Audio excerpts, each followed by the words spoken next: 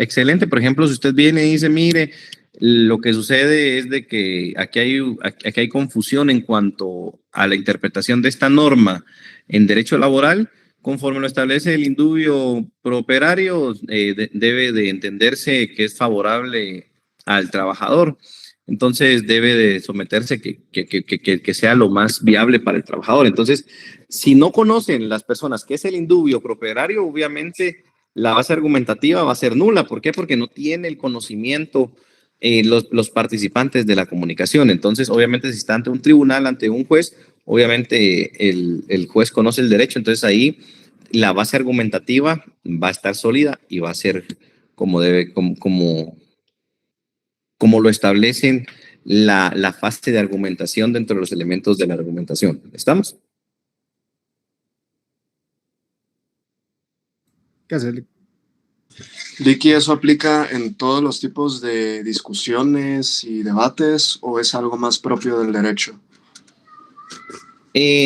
Por ejemplo, los argumentos, conclusión, base argumentativa, fuente, marco argumentativo y calificadores, eso aplica en general, como tal.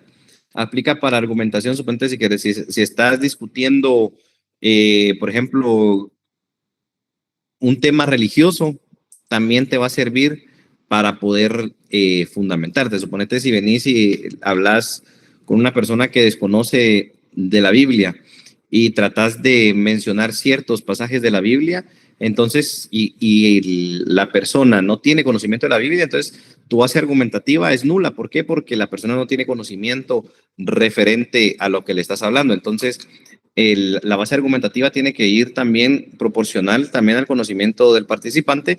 Y otra forma también, en caso de que la participante no sepa o no omita el conocimiento de esa base argumentativa, entonces ya puede ser en base a voy a mostrarle la Biblia y decirle, mira, esto establece el pasaje, ¿va?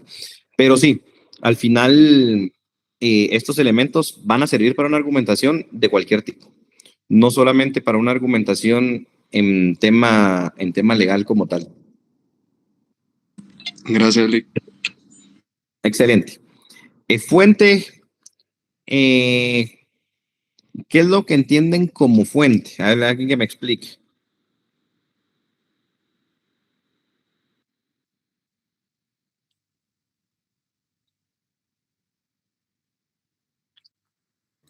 El origen, si no está mal, el origen de algo. Ajá, es el origen de los argumentos y conclusiones. Entonces, si estamos hablando de que vamos a acusar a alguien por homicidio, ¿cuál es el origen del homicidio? ¿O dónde tenemos el homicidio regulado? Artículo 133 del Código Penal. Por ahí está. En el Código Penal. Entonces, ¿cuál sería nuestra fuente como tal para poder nosotros descargar en otros la verdad de las premisas y garantizar la aceptabilidad de nuestra argumentación? ¿Cuál sería nuestra fuente?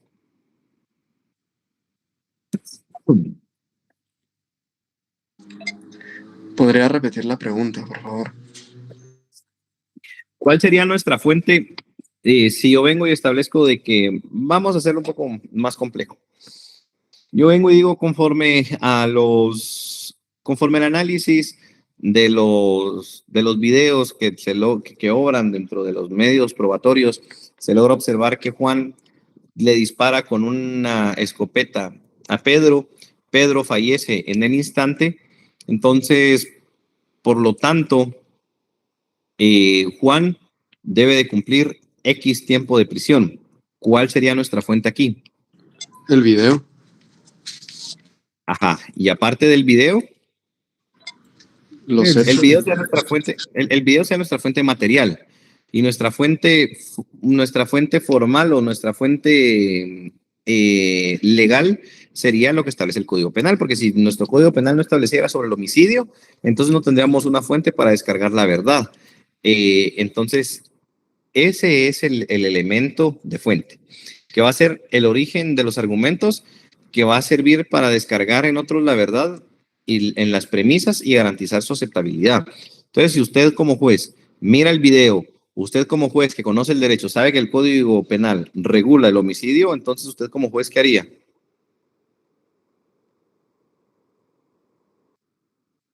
Le da una pena de prisión a Juan. ¿Por qué? Porque tiene los elementos materiales más los elementos formales que van a fundamentar la argumentación. ¿Estamos?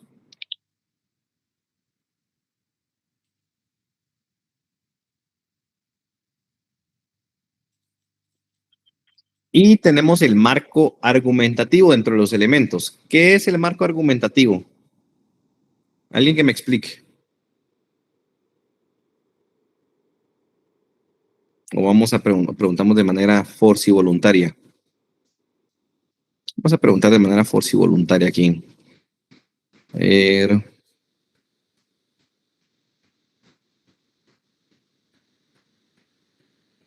Compañero Byron Alexander.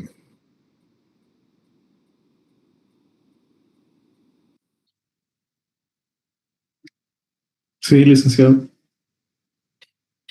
¿Usted qué comprende como el elemento de marco argumentativo dentro de la argumentación como tal? Bueno, yo considero dos escenarios. El primer escenario, porque no nos dice a qué se refiere específicamente al contexto, puede que en una plática entre amigos o algo, o una plática entre notarios, abogados, surja algún tema.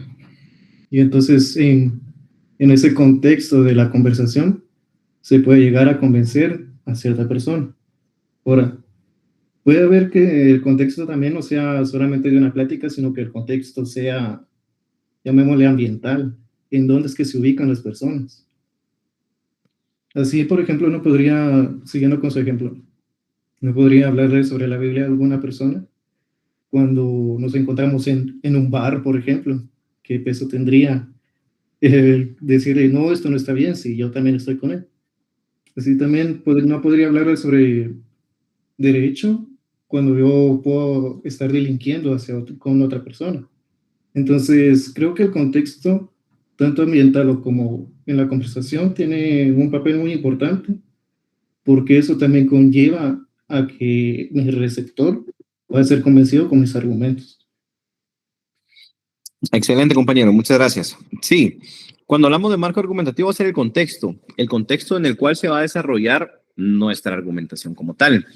Por ejemplo, como habíamos establecido, si yo vengo y estoy hablando del contexto de derecho internacional público y meto elementos del derecho penal, al final no van a entrar en ese mismo contexto, aunque sean válidos mis argumentos en base a lo del derecho penal. Si estoy hablando de derecho internacional público o el contexto va dentro del derecho internacional público, entonces al final no va a ser válido mi argumento. ¿Por qué? Porque el contexto en el que se produce la argumentación no es el indicado.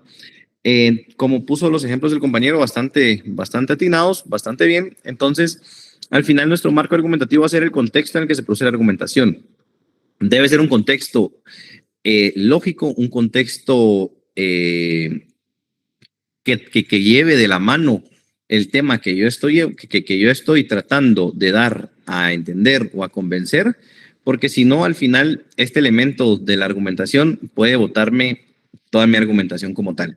Puede que yo tenga argumentos sólidos, puede que yo tenga una conclusión sólida, puede que yo tenga mi base argumentativa, puede que tenga mi fuente, pero si el contexto en el que yo estoy dando la argumentación es totalmente desviado, entonces al final la argumentación no va a ser válida como tal. ¿Estamos? Y por último, ¿qué son los calificadores?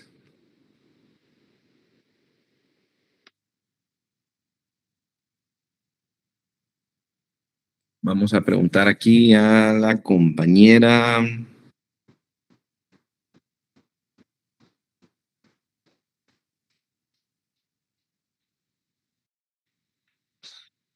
Compañera Naila, ¿qué son los calificadores dentro de los elementos de la argumentación?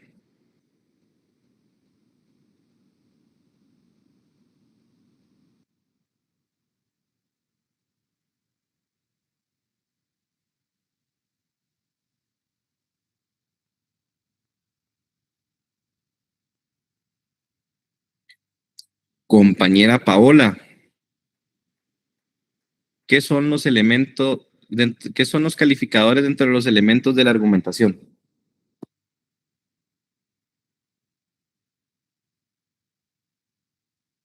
Buenas tardes, licenciado. Buenas Si me tardes, escuchas que voy en camino. ¿Cómo? Si me escuchas que voy en camino, entonces hay mucha Sí, bulla. sí le escucho. Sí, le escucho. Ok. No tengo... Los calificadores dentro de la argumentación, dijo. Ujú. Bueno, para mí tal vez son palabras o expresiones que ayudan a, pues, a medir la fuerza o el nivel del en sí lo que se argumenta, ¿no? O sea, como ser más preciso o realista. ¿O me equivoco? No, por ahí vamos, por ahí vamos. Ok. Cuando hablamos de calificadores, la misma palabra lo dice. Nos va a servir para calificar que realmente si nuestra argumentación es sólida o no es una argumentación sólida. También va a determinar la fuerza argumentativa que yo tengo. Entonces, al final, los calificadores van a ser los elementos que caracterizan la tesis aducida. Entonces, los elementos que yo tengo o los elementos que yo estoy dando dentro de mi tesis van a ser calificadores para ver si tiene fuerza en mi argumentación o no tiene fuerza en mi argumentación. Por ejemplo, como lo dijo el compañero Oliver, dentro de sus elementos que caracterizaban la tesis, se decía que el sol emana radiación, que la piel es sensible a la radiación y que si uno se expone una persona se expone al sol, obviamente va a tener consecuencias por tema de la radiación. Entonces, ahí su fuerza argumentativa, podemos decir que es una fuerza argumentativa bastante fuerte. ¿Por qué? Porque los elementos que caracterizan su tesis van de la mano y los calificadores son sólidos. No sé si lograron comprender todos los elementos de la argumentación como tal o quieren que profundicemos alguno.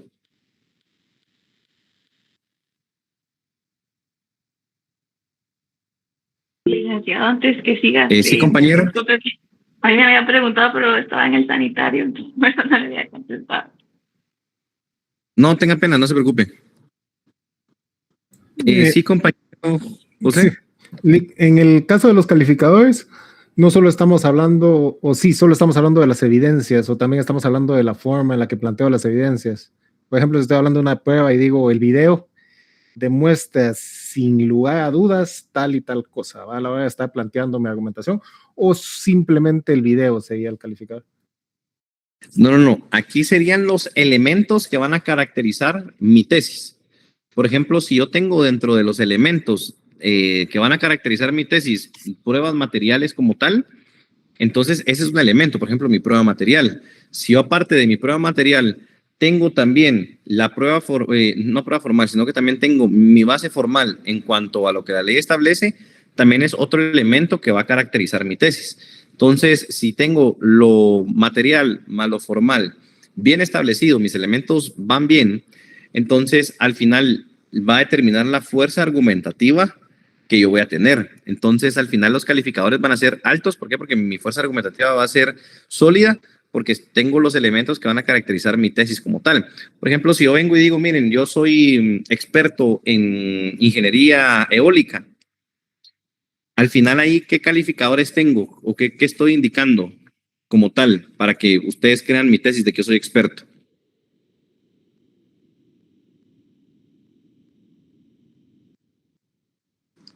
Que es licenciado, ¿no? Ajá, pero no hay ninguna fuerza, no hay ningún elemento característico ni ningún calificador que le dé fuerza a mi argumento, porque estoy diciendo yo soy experto en ingeniería eólica, pero no, yo soy licenciado en ciencias jurídicas y sociales, soy abogado y notario, soy licenciado en administración pública y finanzas, pero ingeniero en energía eólica no soy, ingeniero civil no soy. Sería diferente. Aquí vendría la diferencia, donde yo tendría que meter los calificadores. Bueno, compañeros, conforme a mis estudios en la Universidad de San Carlos de Guatemala, de ingeniería civil, en el año 2010 al 2015, yo me gradué, obtuve experiencia en energía eólica, después saqué una maestría en la Universidad Católica de Chile, en la Facultad de Ingeniería. Entonces, también trabajé 5 años para cierta empresa que se dedica a energía eólica. Entonces, por lo tanto, yo soy un experto en energía eólica, ahí sí hay calificadores. Hay calificadores que yo puedo venir y demostrar, por ejemplo, miren, aquí está mi título de ingeniero, aquí está mi título de maestría y aquí está mi experiencia laboral. Entonces, si yo lo que quiero es convencerlos a ustedes para que me contraten por ser experto en energía eólica, entonces, obviamente los elementos que van a caracterizar mi tesis aducida, que es que yo soy experto en energía eólica, va a ser lo que yo estoy tratando de probar. Por ejemplo, los títulos, la experiencia, o también si no tengo títulos ni experiencia, me podría poner a hablar sobre temas de energía eólica. Y si ustedes comprenden de energía eólica, van a decir, no, sí, él es pilas para energía eólica. Entonces, no sé si lograron comprender el tema de los calificadores. Digamos que sería, claro, coherencia argumentativa más el fundamento y la prueba para apoyarlo. La combinación de eso me va a dar un calificador alto. Y la falta de eso va a hacer que tenga calificador bajo. Así es, correcto. Correcto. No solamente, recordemos que van a haber argumentos que no van a necesitar de prueba, no van a necesitar pruebas materiales como tal, sino que simple y sencillamente recordemos de que ahí, cuando veamos derecho procesal civil y derecho procesal constitucional, vamos a ver ciertas cuestiones que se tienen que probar de forma, de fondo, y también hay ciertas cuestiones que no se prueban ni de forma ni de fondo, sino que únicamente recordemos que el derecho no se prueba porque el derecho ya existe, los hechos se deben de probar. Entonces, dependiendo qué es lo que yo vaya a tratar de argumentar, entonces ahí sí puedo tener prueba material o no. Por ejemplo, si vienen a alguien, lo detienen de manera ilegal, yo no tengo que probar de que está detenido de manera ilegal. Simple y sencillamente vengo y establezco que conforme a lo que establece la Constitución Política de la República de Guatemala en cuanto a la detención legal, mi patrocinado no tiene ni orden de captura ni cometió un delito flagrante, por lo tanto tienen que dejarlo en libertad inmediata. Si los policías no lo hacen, solicito mi exhibición personal, pero no tengo que tener una prueba para solicitar mi exhibición personal porque al final el derecho no se prueba, sino que el derecho está ya probado, ya está totalmente vigente. ¿Estamos? Entonces, sí, obviamente van a haber momentos donde sí tengo que probar con temas materiales o con pruebas materiales como tal, y otras donde solamente bajo los elementos que caracterizan mi tesis en cuanto a argumentos puedo ir teniendo calificadores altos. ¿Estamos? Gracias, Lick. De nada. Nos vamos a las características de la argumentación. Coherencia. ¿Qué es la coherencia? Vamos a ver, alguien que me explique qué entiende por coherencia.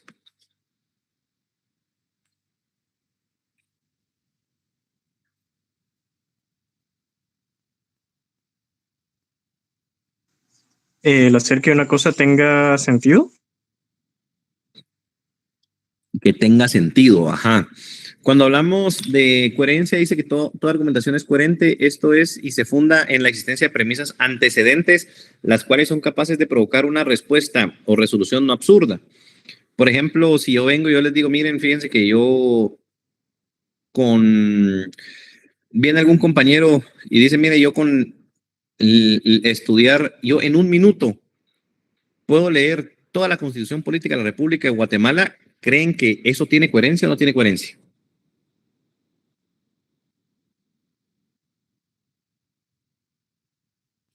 No va a tener coherencia. ¿Por qué? Porque no hay antecedentes de que alguien haya leído la Constitución Política de la República de Guatemala en un minuto.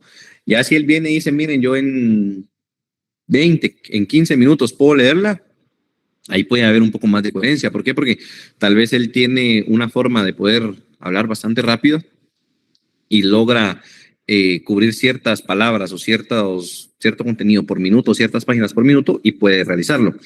Pero entonces la coherencia, como le repito, se funda en la existencia de premisas antecedentes, las cuales son capaces de provocar una respuesta o resolución no absurda, algo que no sea absurdo, algo que sea real, algo que sí se pueda cumplir. Esta es la coherencia. Ahora, ¿qué es la razonabilidad?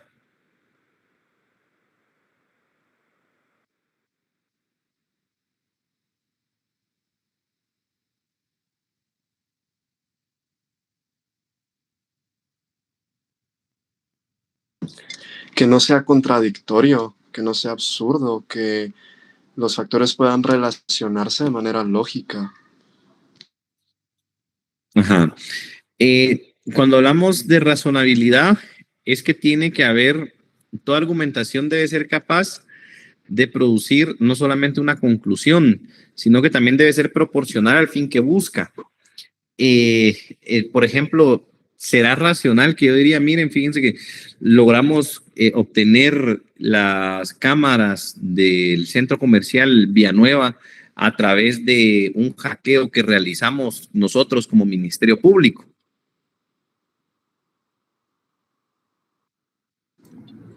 No, no lo es, especialmente por la teoría del árbol envenenado.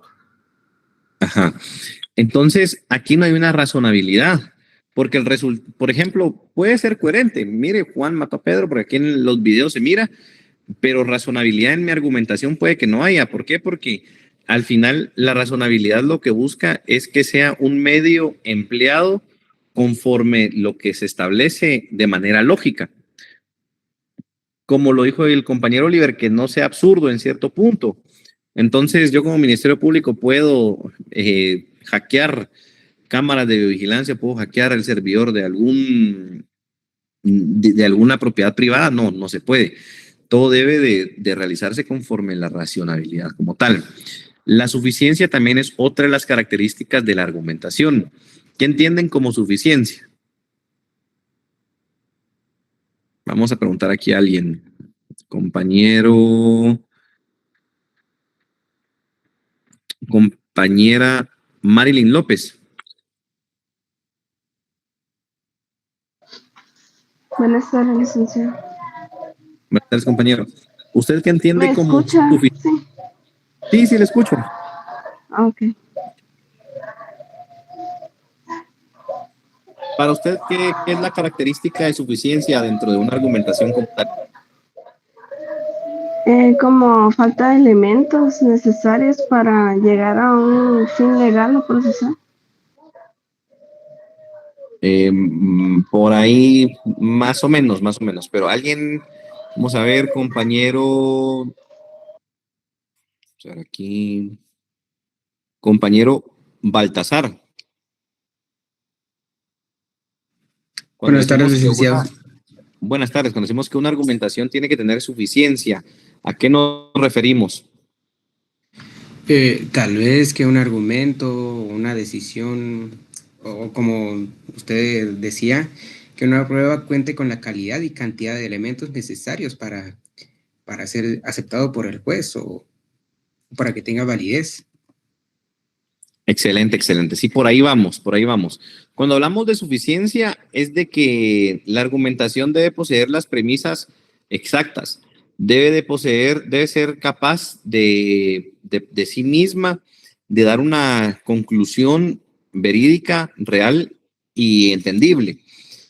Por ejemplo, no tengo que venir yo ni adornar de más mi argumentación. ¿Por qué? Porque ahí me estoy excediendo de la suficiencia, ni tampoco tiene que ser insuficiente. O sea, yo tratar de, con pocas palabras, argumentar algo que necesita más palabras.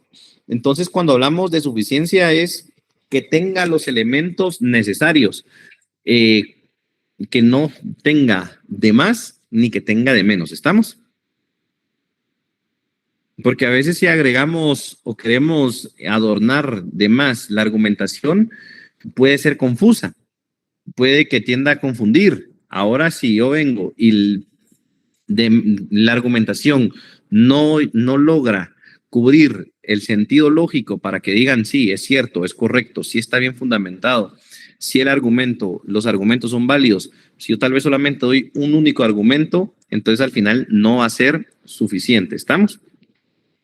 Volviendo al mismo ejemplo, si yo vengo y les digo, miren compañeros, yo soy experto en energía eólica porque yo soy ingeniero, ¿será que hay suficiencia en mi argumentación ahí? ¿O ustedes Pues me si solo es contestarían? Todavía no. tal vez no. No. Ahora si yo vengo y digo, miren compañeros, fíjense que yo soy excelentísimo, grande, uno de los mejores ingenieros eólicos de Guatemala, saqué mi licenciatura en la Facultad de Ingeniería de la Universidad de San Carlos, que está en la zona 12 de la ciudad capital de Guatemala.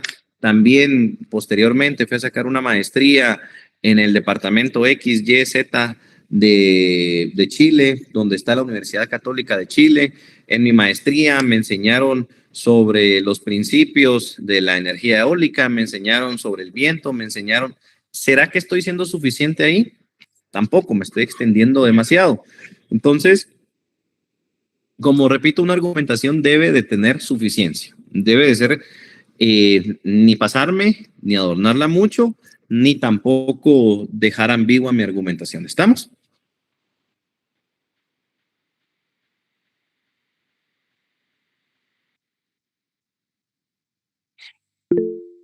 Claridad. Sí, compañera Leslie. Buenas tardes, licenciado. Disculpe, solamente se me activó la mano. No tenga pena. Claridad. ¿Qué entendemos como claridad? Compañera. Yo miro que, perdón. Sí, no, dale, Oliver. Yo miro que la claridad junto con la comunicabilidad van como bien de la manita. O sea, yo puedo tener un argumento buenísimo en mi cabeza, pero si no soy capaz de comunicarlo de manera clara para que los demás lo entiendan, da igual que tenga toda la razón. O sea, no voy a obtener la conclusión que quiero. Excelente. Sí, van de la mano, aunque la diferencia esencial, por ejemplo, cuando hablamos de claridad, la claridad es que toda tesis argumentativa debe ser clara. No debe ser necesaria que la interpretemos. Por ejemplo, una argumentación no hay que interpretarla.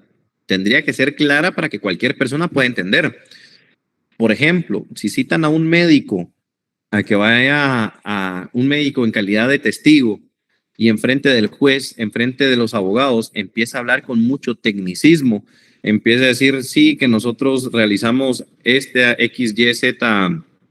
Z procedimiento, lo hicimos intravenoso, intramuscular, llegamos a la vena aorta, llegamos aquí, que tocamos cierta parte, o sea, si es demasiado técnico el médico, ¿será que va a lograr comprender el abogado o el juez? No, porque no tenemos el expertise en medicina.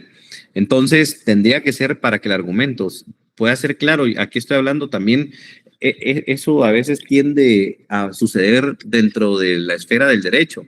Hay colegas que por querer sobresalir, por querer llamar la atención en cierto punto, tratan de usar mucho tecnicismo en situaciones donde no es necesario usar tecnicismo. Obviamente, si me voy a un debate oral y público y quiero utilizar el latín, si quiero utilizar ciertas palabras más técnicas, la voy a realizar para poder verme profesional. Pero venir yo y solamente con tecnicismo, querer argumentar con puro latín, entonces, lejos de dejar claro, voy a dejar confusión. ¿Por qué? Porque hay que interpretarlo. Entonces, a veces también por querer, eso también va de la mano a veces con la suficiencia, porque a veces la suficiencia no es lo mismo extenderme que adornar. La claridad, la falta de claridad es cuando a veces adornan con mucho tecnicismo ciertas circunstancias. ¿Estamos? Solo denme un minuto, compañeros, ahorita regreso con ustedes.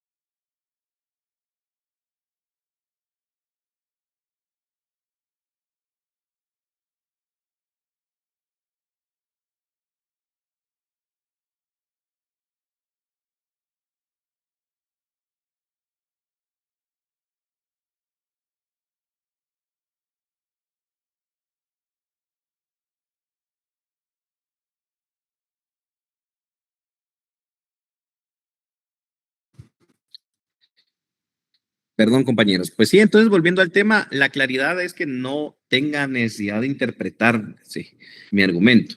Tiene que ser de la manera más clara. Ahora, como lo dijo el compañero, la comunicabilidad, la argumentación es un proceso de comunicación. Recordemos de que la comunicación no hay un solo tipo de comunicación. Podemos tener comunicación oral, podemos tener comunicación escrita, podemos tener también comunicación de no verbal también, puede ser a señas, aunque aquí obviamente la argumentación no va a entrar como tal, pero si hablamos de una argumentación oral, puede que la comunicabilidad tiene que ser de cierta forma. Si yo vengo y empiezo a utilizar demasiadas muletillas, si yo empiezo a utilizar o redundo demasiado, o tal vez los nervios me afectan en cierto momento, entonces por más, como dijo el compañero Oliver, por más claro que yo tenga mi argumentación, por mejor estructurada que yo la tenga, si yo no puedo dar a comprender mi mensaje, si yo no me puedo comunicar bien, entonces es un tema que no me va a servir en mi argumentación. También de igual forma, de manera escrita, si yo vengo y tal vez tengo muchas faltas de ortografía, no puedo dar a entenderme de manera escrita, entonces también puede que haya algún momento en el que mi argumentación escrita no vaya a tener el mismo resultado que una argumentación oral. Por ejemplo, a mí me gusta poner este ejemplo a veces. Si ustedes han visto, por ejemplo, en redes sociales donde aparecen personas que son expertas en generar dinero, que ellos vienen y dicen, bueno, conmigo en un curso van a aprender a generar 10,000, 15,000, 20,000 dólares, pesos o quetzales al mes, y lo único que tienen es que tienen muy buena elocuencia. Son muy buenos para comunicar de manera oral, para pararse enfrente del público, para convencer, son muy buenos, pero al final realmente argumentos para establecer eso no tienen. ¿Por qué? Porque si ellos son capaces de generar esa cantidad, ¿por qué no se nota en otras características? Por ejemplo, que su patrimonio sea bastante alto, o por ejemplo, que realmente tengan estudios sólidos sobre eso, sino que a veces solamente lo que van a hacer es vender humo. La gente cae y al final cuando ya paga su cursito, al final no aprenden nada y no tienen nada más que simple y sencillamente alguien que habló bonito, que habló ciertas cosas que pudieran ser muy básicas en cuanto a los negocios o en cuanto a alguna cosa en particular, y al final lo que terminan siendo es solamente elocuentes, personas que pueden comunicarse bien, pero que su base argumentativa no tiene no es sólida. ¿Por qué? Porque al final el mensaje no lo van a transmitir ni lo van a comunicar de buena forma porque no tienen el conocimiento o no tienen realmente de manera real el tema este. Entonces, a veces que les llaman predicadores, no hablando del tema religioso, sino que son predicadores en cierto punto. ¿Por qué? Porque sí logran convencer a la gente, pero al final la gente que trata de poner en marcha los pasos que ellos indican, nunca sobresalen, nunca despegan y nunca llegan a obtener lo que ellos prometen como tal, como retribución. Entonces, al final, otra de las características de la argumentación es esta, la claridad, comunicabilidad. Vamos a ver, 4:48, ya nos quedan solo 12 minutos. Va. Alteridad procedimental y gramatical y agonística lo vamos a dejar para que ustedes lo lean. Si tienen alguna duda me pueden avisar. En este momento lo podemos solventar. Si no, pues vamos a dejar estos últimos minutos para cualquier duda que tengamos. Vamos a finalizar a las 5 en punto. No sé si hay alguna duda referente al contenido, duda referente a lo que estamos viendo el día de hoy, o referente a algo más del contenido del libro que hayan logrado avanzar o leer, para poder resolverlo en este momento. Y si no, pues vamos a dar por finalizada la sesión ya en un momento. Sí, compañero José. Yo solo con una pequeña duda. Por ejemplo, ahorita que estamos hablando de argumentar y todo, los casos que nos podían venir, no quiero ejemplos específicos, ¿verdad? No quiero chivo, pero nos podían venir exactamente, ¿ustedes creen que en este argumento hay suficiencia o etcétera? Y nos pondría unos ejemplos. ¿Podría ser así? Para que nosotros escojamos si tiene o no tiene. Más o menos. Sí, podría ser algo similar a eso. También vamos a poner casos, por ejemplo, donde yo le digo, argumente esta tesis. Por ejemplo, Juan debe de ir a prisión porque cometió X delito. Entonces voy a poner ciertos argumentos A, B, C, D, ¿va? Entonces, por ejemplo, el argumento que sea el válido o el realmente, por ejemplo, podría ser, Juan debe ir a prisión porque el arma tenía sus huellas. Otro podría ser Juan debe ir a prisión porque hay un testigo que establece que él disparó el arma. Aparte, conforme lo que establece el Código Penal en este artículo, él cometió el delito de esto, por tanto tiene que tener la consecuencia jurídica. Entonces, ahí, ¿cuál sería el argumento válido? ¿El A o el B? Pues, obviamente el B está mejor fundamentado porque cumple con los elementos de argumentación, tiene calificadores bastante sólidos, entonces también tiene una fuente como tal. Entonces, algo así va a venir el examen. Va a ser un poco más práctico, va a ser un poco más lógico. También de los últimos ejercicios que hemos visto en clase, también van a salir de ahí un par de preguntas como tal. También básico que sepan lo del tema, la diferencia entre denuncia en el ámbito penal, denuncia en el ámbito del derecho internacional público, también dolo en el contexto penal, dolo en el contexto civil. Podemos utilizar esos conceptos jurídicos como tal, o también pueden ingresar conceptos jurídicos de los que ustedes buscaron el significado al principio de clase cuando yo les dejé un cuestionario. También esos van a ser. De ahí otros conceptos no voy a involucrar. Normas, si en dado caso va a ser necesario que se aprendan alguna norma, algunos artículos, yo se los voy a indicar el fin de semana. Si no, ya sea yo se los agrego directamente en el examen, o puede ser que puedan utilizar su norma. Obviamente, su ley como tal. Este examen también va a ser de manera virtual. Por lo tanto, yo voy a dar las indicaciones días antes de por qué medio, qué plataforma se va a realizar. Y también el examen final, obviamente, va a tener ponderación de, si no estoy mal, van a ser 15 puntos. Los otros 15 puntos son referente a las participaciones, a los trabajos que han mandado y que han realizado en estas clases. Entonces, también para que lo tomen en cuenta, ¿verdad? ¿Alguna duda que tengan como tal? Sí, compañera Claudia. Tal vez algún ejemplo, licenciado, sobre las características procedimental. Procedimental, va. Cuando hablamos de procedimental, ustedes cuando hicieron su argumentación, ¿qué realizaron para empezar su argumentación?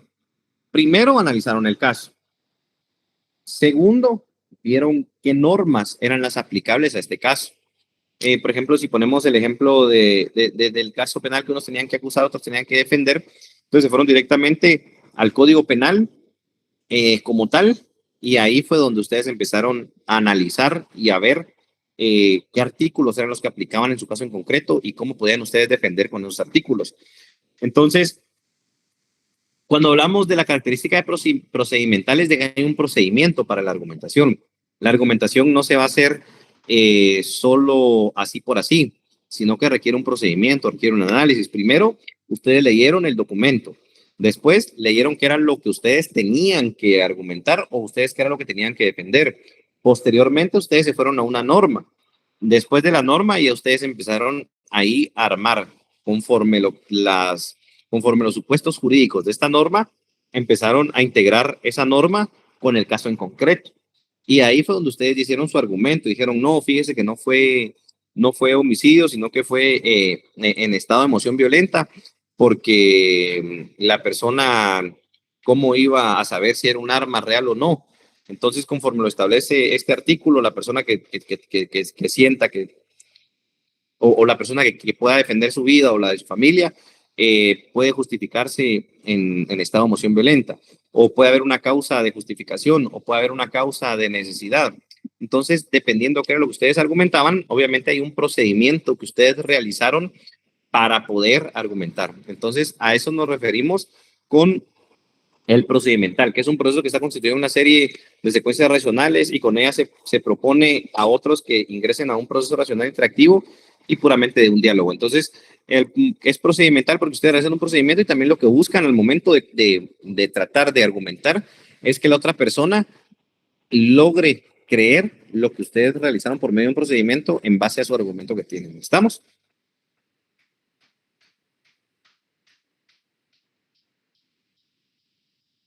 Bueno, ¿alguna otra duda que tengan?